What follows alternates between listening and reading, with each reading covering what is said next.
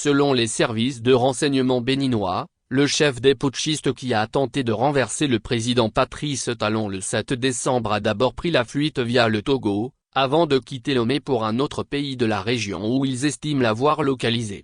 Par Jeune Afrique, publié le 18 décembre 2025, un peu plus de 10 jours après sa tentative de coup d'État manqué contre Patrice Talon, le lieutenant-colonel Pascal Tigri est toujours officiellement introuvable. Le leader des mutins est parvenu à s'enfuir, dimanche 7 décembre, dans des conditions qui sont au cœur des investigations des services de renseignement du Bénin. Cotonou a désormais de fortes présomptions sur le lieu de repli de l'ancien chef des forces spéciales béninoises, le parcours qu'il a emprunté et les personnes avec lesquelles il a été en contact dans plusieurs pays voisins.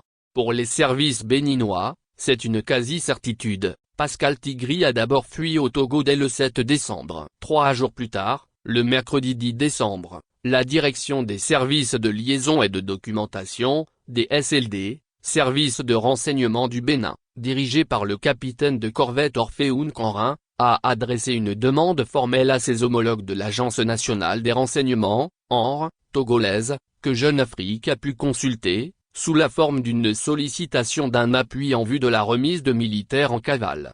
Un premier point de chute au Togo. Dans ce document, les renseignements béninois affirment que leurs investigations révèlent que 4 militaires béninois ayant pris part activement au coup d'État manqué du dimanche 7 décembre à Cotonou se sont réfugiés sur le territoire de la République du Togo. Parmi eux, le lieutenant-colonel Tigri, dont la DSLD a pu retracer le parcours grâce à son téléphone. Par le même biais, les services de renseignement ont pu déterminer qu'un numéro portant un indicatif togolais a tenté d'entrer en contact avec Pascal Tigri. Le 7 décembre à 14h36, heure de Cotonou. C'est sur cette base que la DSLD a ensuite réclamé à l'ANR togolaise son appui en vue de l'interpellation puis de la remise de ces militaires en cavale aux autorités béninoises. Une demande qui, pour l'heure, n'a pas obtenu de réaction de la part des autorités togolaises. Sollicitée à plusieurs reprises par Jeune Afrique depuis le 10 décembre, celles-ci n'ont jusqu'ici pas formulé de réponse officielle quant à la présence, ou au transit, supposé du lieutenant-colonel béninois sur leur territoire. Voire plus politique selon nos informations, les services béninois ont également intercepté plusieurs communications sur le téléphone de Pascal Tigri au cours de la journée du 7 décembre. L'existence de ces écoutes, toujours en cours d'analyse par les agents de la DSLD, a été confirmée à JA par une source judiciaire béninoise. Logé dans une résidence à Niamey. L'un des appels intéresse tout particulièrement les enquêteurs, un échange de Pascal Tigri avec un correspondant au Niger. À Cotonou, de nombreuses sources politiques et sécuritaires ont de très forts soupçons portant sur l'implication, au moins indirecte, de Niamey dans la tentative de coup d'État. Les autorités béninoises considèrent désormais comme très probable que Pascal Tigri, après s'être réfugié au Togo où il résidait dans le quartier de Lomé non loin de la présidence, s'est ensuite rendu au Burkina Faso avant de poursuivre son chemin vers le Niger où il se trouverait actuellement. Politique.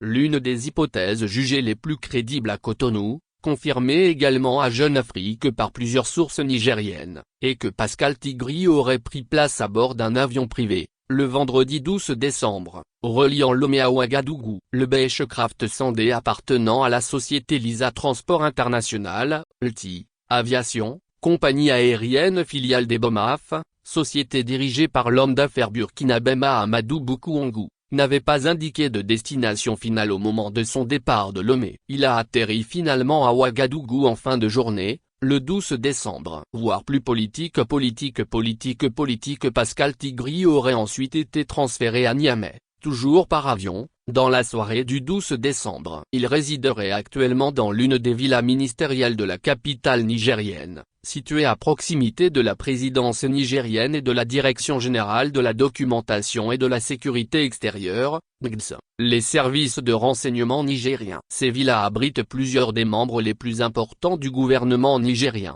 dont le Premier ministre Lamine Zen, ainsi que des conseillers étrangers, notamment russes. Voire plus politique, la présence supposée de Tigri à Niamey a également été avancée auprès de Jeune Afrique par plusieurs sources nigériennes non officielles. Sollicité à plusieurs reprises entre le 10 et le 18 décembre, Les autorités nigériennes ont en revanche pas souhaité faire de commentaires sur les soupçons du Bénin et sur la présence du lieutenant-colonel Tigri sur leur territoire. Le gouvernement nigérien n'a fait aucune communication officielle depuis la tentative de putsch ayant eu lieu chez son voisin béninois.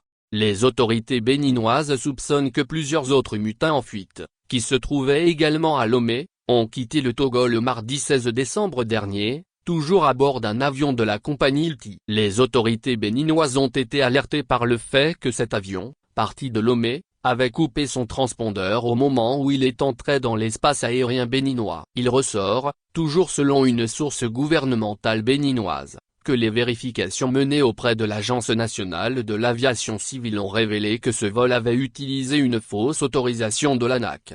Les soupçonnés d'ingérence. Ces informations viennent alimenter les soupçons de nombreuses sources béninoises sur l'implication présumée du Niger dans la tentative de coup d'État. Les relations entre Cotonou et Niamey sont plus que tendues. Le général Abdourahmane Tiani a, à plusieurs reprises, accusé son homologue Patrice Talon de tentative de déstabilisation. Le président de la transition nigérienne a notamment affirmé que le Bénin servait de refuge à des groupes terroristes sévissant au Niger, avec le soutien de la France.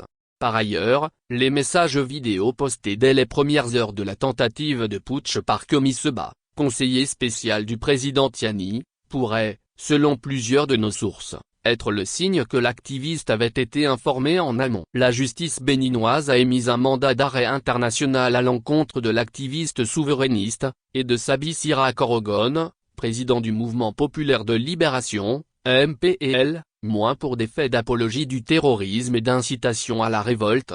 D'autres éléments alimentent les suspicions de Cotonou envers le Niger. Des mouvements inhabituels de troupes et de camions ont ainsi été observés le 6 décembre, à la veille de la tentative menée par le lieutenant-colonel Tigri, du côté nigérien de la frontière entre les deux pays, que Niamey maintient fermé depuis l'accession au pouvoir d'Abdourahmane Tiani en juillet 2023. En l'absence de communication officielle de Niamey, ces manœuvres restent aujourd'hui inexpliquées. Sollicité par Jeune Afrique, le gouvernement nigérien n'a pas fait de commentaires, voire plus.